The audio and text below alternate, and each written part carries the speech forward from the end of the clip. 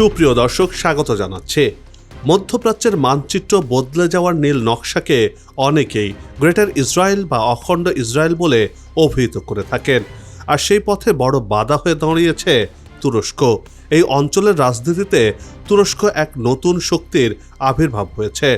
Israel যখন গাজা, পশ্চিম তীর, Syria এবং লেবাননে একের পর এক সামরিক অভিযান চালিয়ে গ্রেটার ইসরায়েল স্বপ্নের দিকে এগিয়ে যাচ্ছে, ঠিক তখনই তুর্কি প্রেসিডেন্ট রিসেপ তাইপ এরদোয়ান ভিন্ন খেলা দেখিয়ে বিশ্বকে তাক লাগিয়ে দিয়েছেন। কি সেই খবর বা কি সেই খেলা? ফিলিস্তিন ও লেবাননের পর ইসরায়েলের পরবর্তী টার্গেট কেন তুরস্ক? প্রশ্ন উঠছে, তুরস্ক কি সত্যি ইসরায়েলের সামনে বড় বাধা হয়ে দাঁড়াতে পারবে, নাকি এটি শুধুই বাগাড়ম্বর? বিস্তারিত থাকছে এই বিশেষ প্রতিবেদনে।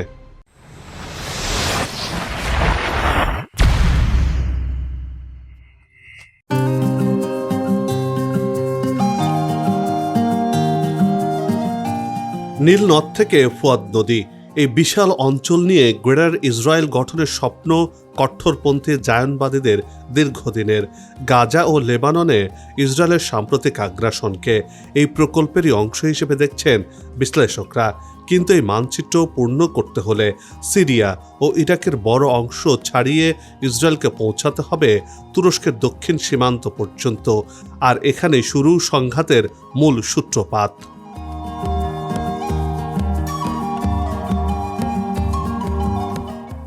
গ্রেটার ইসরায়েল নেতানিয়াহুর এক ভয়ঙ্কর পরিকল্পনা, যেখানে থাকবে না কোনো ফিলিস্তিন নামের রাষ্ট্র, দখল হবে সিরিয়া, জর্ডান, লেবানন, মিশরের কিছু কিছু অঞ্চল, কায়েম হবে জায়নবাদী শাসন। ঠিক সেই পথে এগিয়ে ইরান যুদ্ধের সুযোগে স্বাধীন দেশ লেবাননে নিজের থাবা বসিয়ে দিয়েছে ইসরায়েলি বাহিনী। ইসরায়েলি সেনাবাহিনী দক্ষিণ লেবাননের প্রায় 1500 বর্গ কিলোমিটার এলাকা দখল করে নিয়েছে, যা লেবাননের মোট ভূখণ্ডের প্রায় 10 থেকে 15%।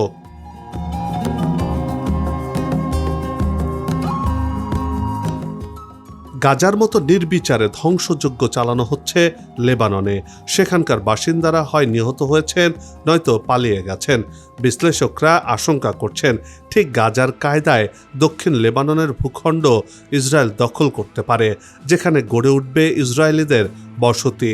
মধ্যপ্রাচ্যের বুকে হবে কথিত 3000 বছর আগের ইহুদিদের প্রমিস ল্যান্ড।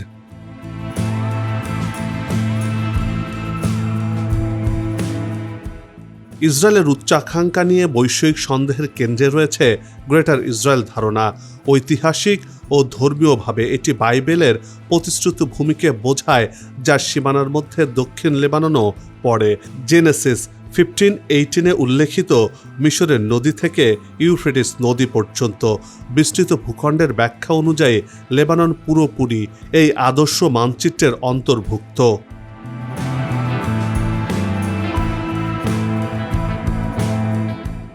ফিলিস্তিনের গাজা উপত্যকা, লেবানন, ইরান ও ইয়েমেন, এমনকি কাতারেও ইসরায়েল বিমান হামলা করেছে, যা তুরস্কে নতুন করে উদ্বেগ সৃষ্টি করেছে। এই হামলার পরই তেল আবিবের আঞ্চলিক উচ্চ আকাঙ্ক্ষা নিয়ে আঙ্কারা সতর্ক অবস্থান নিয়েছে, কারণ তুরস্কই হতে যাচ্ছে ইসরায়েলের পরবর্তী লক্ষ্য। ন্যাটোর সদস্য হলেও তা হয়তো তুরস্ককে সুরক্ষা দিতে পারবে না। ইসরায়েলের যুদ্ধবাজ প্রধানমন্ত্রী গোটা মধ্যপ্রাচ্যকে এমনভাবে অস্থির করে তুলেছে যেন সব দিকে যুদ্ধ ছড়িয়ে পড়েছে। 2026 সালের যুদ্ধ আর রাজনৈতিক কৌশলের মধ্যে সীমাবদ্ধ নেই, এটি পুরোপুরি ভৌগোলিক ও ভৌত আধিপত্য বিস্তারে রূপ নিয়েছে, যার নেতৃত্ব দিচ্ছে ইসরায়েল।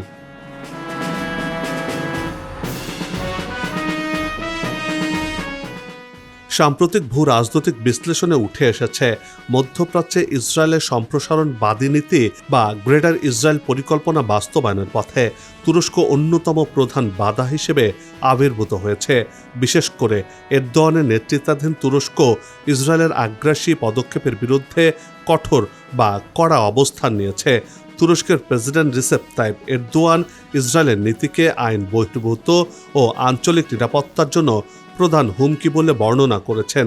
তুরস্ক স্পষ্টভাবে ইসরায়েলের এই সম্প্রসারণবাদী উচ্চ আকাঙ্ক্ষাকে চ্যালেঞ্জ করেছে।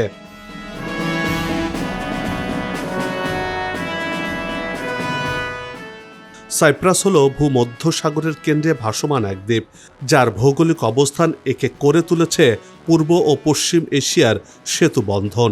এর উত্তরে তুরস্ক, পূর্বে লেবানন ও ইসরায়েল, দক্ষিণে সুয়েজ খাল হয়ে আফ্রিকার প্রবেশদ্বার। এই অবস্থান সাইপ্রাসকে করে তুলেছে ন্যাটো ও ইউরোপীয় ইউনিয়নের গুরুত্বপূর্ণ কেন্দ্র।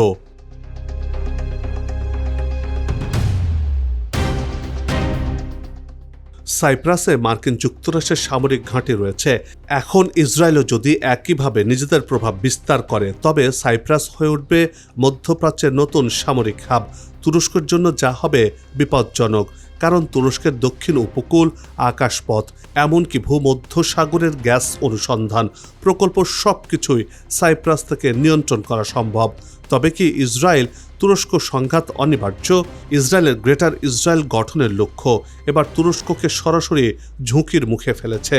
সিরিয়ায় আঙ্কারার কৌশলগত অবস্থান এবং ইসরায়েলি শাসনের আঞ্চলিক এজেন্ডার দীর্ঘ বিরোধিতা তুরস্ককে তাদের সম্প্রসারণের সম্ভাব্য পরবর্তী লক্ষ্য করে তুলেছে।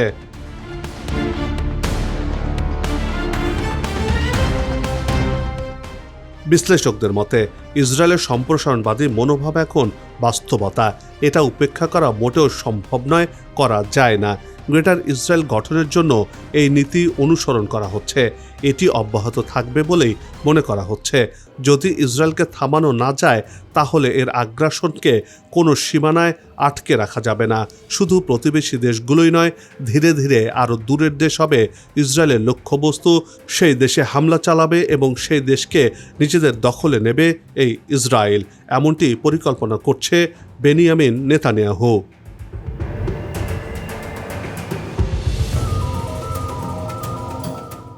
তাই বলে কি তুরস্ক বসে আছে, নাকি নতুন নতুন অস্ত্র তৈরি করে ইসরায়েলকে কোণঠাসা করতে চাইছে? তারই অংশ হিসেবে আকাশ কাঁপিয়ে ছুটে যাচ্ছে তুরস্কের আন্তঃমহাদেশীয় ব্যালিস্টিক মিসাইল, যার পাল্লা ৬,০০০ কিলোমিটার। এটি পারমাণবিক অস্ত্র বহনেও সক্ষম।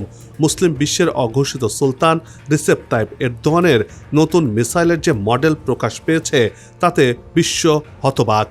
বর্তমান আঞ্চলিক ভূ রাজনীতির উত্তপ্ত পরিস্থিতির মধ্যে প্রথমবারের মতো নিজেদের তৈরি শক্তিশালী আন্তঃমহাদেশীয় ব্যালিস্টিক ক্ষেপণাস্ত্র ইলদিরি মহান প্রকাশ্যে এনেছে তুরস্ক।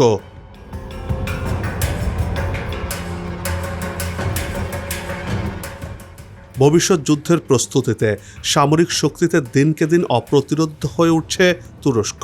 সেই ধারাবাহিকতায় প্রথমবারের মতো আন্তঃমহাদেশীয় ব্যালিস্টিক মিসাইল বা ICBM প্রকাশ্যে আনল ইস্তাম্বুল। এই ক্ষেপণাস্ত্রের উন্মোচন তুরস্কের সামরিক শক্তিতে এবং দূরপাল্লায় আঘাত আনার সক্ষমতায় এক যুগান্তকারী অগ্রগতি হিসেবে বিবেচিত হচ্ছে। এটি সর্বোচ্চ ৩,০০০ কেজি ওজনের ওয়ারহেড বহনে সক্ষম। এমনকি এর ওয়ারহেডে পারমাণবিক বোমাও যুক্ত করা সম্ভব। এই ইলদিরি মহান ক্ষেপণাস্ত্রটি সর্বোচ্চ ম্যাক 25 গতিতে চলতে সক্ষম।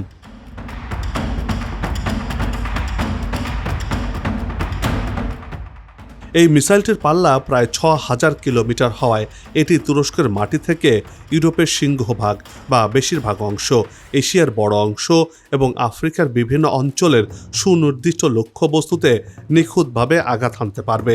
কারিগরি দিক থেকে উন্নত এই ক্ষেপণাস্ত্রটিতে জ্বালানি হিসেবে তরল নাইট্রোজেন ট্রেট অক্সাইড ব্যবহার করা হয়েছে। এর শক্তিশালী 4টি রকেট ইঞ্জিন একে তুরস্কের সর্বাধুনিক সামরিক প্ল্যাটফর্মে উন্নতি করেছে।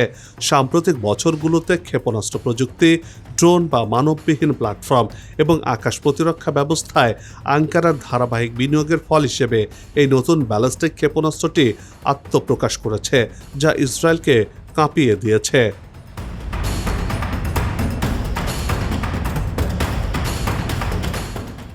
আন্তঃমহাদেশীয় ব্যালিস্টিক মিসাইলের পাশাপাশি নতুন কামিকাজে ড্রোন এবং অত্যাধুনিক প্রতিরক্ষা ব্যবস্থাও প্রকাশ্যে এনেছে আঙ্কারা। এসব মিসাইল এবং সামরিক সক্ষমতা আঞ্চলিক সমীকরণ পাল্টে দেবে কিনা সেই প্রশ্ন সামনে আসছে। আঙ্কারা এমন এক সময়ে এই মিসাইল উন্মোচন করল যখন বিশ্বের বিভিন্ন দেশ দূরপাল্লার হামলার সক্ষমতার মিসাইল প্রতিরক্ষা ব্যবস্থায় বিনিয়োগ বৃদ্ধি করছে। ড্রোন শিল্পেও বিখ্যাত তুরস্ক। বিশ্বব্যাপী তুর্কির ড্রোনের জয়কার। পাশাপাশি তুর্কি ড্রোন নির্মাতা প্রতিষ্ঠান বাইকার কম খরচে 3টি নতুন কেমিক্যালজের ড্রোনও সামনে এনেছে। এই ড্রোনগুলো একই সঙ্গে বিপুল সংখ্যায় ব্যবহার করে ভেঙে ফেলতে পারে শত্রুর আকাশ প্রতিরক্ষা ব্যবস্থা। অর্থাৎ ঝাঁকে ঝাঁকে এই ড্রোন দিয়ে শত্রুপক্ষকে হামলা করা সম্ভব।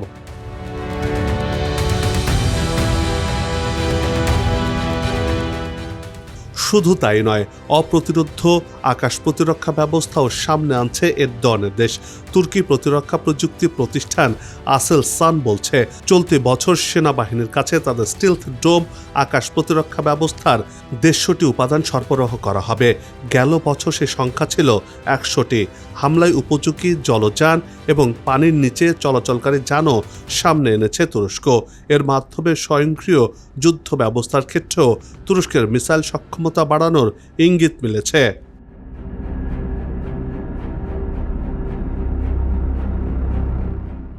তুরস্কের এই মিসাইল কর্মসূচি নিবিড়ভাবে পর্যবেক্ষণ করছে ন্যাটো। বিশেষজ্ঞরা বলছেন, বর্তমানে মধ্যম বা আন্তঃমহাদেশীয় পাল্লার মিসাইল তৈরি করা অধিকাংশ দেশই ঝুঁকছে কঠিন জ্বালানি প্রযুক্তির দিকে, কারণ এতে দ্রুত মোতায়েন ও বেশি সময় টিকে থাকার সুবিধা পাওয়া যায়। এই মিসাইল উন্মোচনের পর ভবিষ্যতে তুরস্ক ন্যাটোভুক্ত মিত্র দেশের কাছেও রপ্তানি করতে পারে এই ব্যবস্থা। অর্থাৎ সামরিক দিক থেকে অনেক দূর এগিয়ে গেল তুরস্ক। এই তুরস্কের অস্ত্র খোদ ইউরোপ অর্থাৎ ন্যাটোভুক্ত দেশগুলোর কাছেও বিক্রি করতে পারবে। আর অন্যান্য দেশ তো রয়েছেই।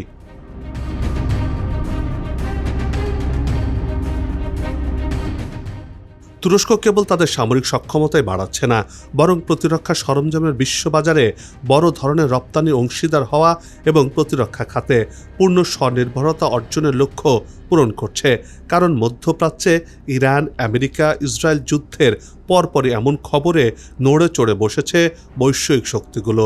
মধ্যপ্রাচ্যে আমেরিকা নিরাপত্তা বলয় ভেঙে চুরমার করে দিয়েছে ইরান। আর সে কারণেই ওয়াশিংটনের উপর নির্ভরশীলতা কমিয়ে আনছে তুরস্ক, জাপানের মতো দেশগুলো। এতে করে যুক্তরাষ্ট্রের অস্ত্র ব্যবসায় বড় ধরনের ধস নামতে পারে বলে আশঙ্কা করছেন বিশ্লেষকরা। ইসরায়েলকে বাঁচাতে যেই যুক্তরাষ্ট্র ধ্বংসের দ্বারপ্রান্তে পৌঁছে যাচ্ছে বলেও মনে করছেন তারা।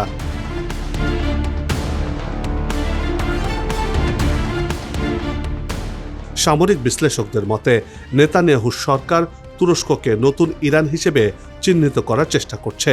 তবে তুরস্ক ন্যাটোর সদস্য হওয়া এবং পাকিস্তানের মতো সামরিক শক্তিধর দেশের সাথে গভীর সামরিক সম্পর্ক থাকায় ইসরায়েলের জন্য তুরস্কের ওপর সরাসরি হামলা চালানো হবে এক আত্মঘাতী সিদ্ধান্ত। তুরস্কের বর্তমান সমর প্রস্তুতি এবং কঠোর রাজনৈতিক অবস্থান জানান দিচ্ছে, গ্রেটার ইসরায়েলের স্বপ্ন বাস্তবায়ন করতে হলে ইসরায়েলকে এক দুর্ভেদ্য প্রাচীরের মুখোমুখি হতে হবে। আর সে প্রাচীরের নাম তুরস্ক। আর সেটি করতে গেলে উল্টো ইসরায়েল নামটাই হয়তো থাকবে না, চিরতরে মুছে যাবে বলে মনে করছেন বিশ্লেষকরা।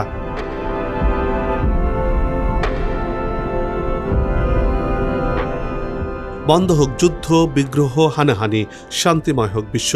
সবার সুস্বাস্থ্য আর মঙ্গল কামনা করে এই বিশেষ প্রতিবেদন এখানেই শেষ করছে। আবারও হাজির হব নতুন কোনো খবর আর তার বিশ্লেষণ নিয়ে।